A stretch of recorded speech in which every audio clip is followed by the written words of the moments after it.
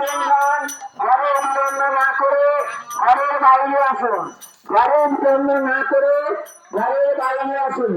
আপনাদের দরজার সামনে গৌরী উপস্থিত হয়েছেন। আপনাদের দরজার সামনে গৌরী উপস্থিত হয়েছেন। গৌরীকে দর্শন করুন। গৌরীর সেবার্থে নিজ মঙ্গলার্থে ছেড়ে চাল টাকা পয়সা দিয়ে যা খুশি সেটা দেবেন।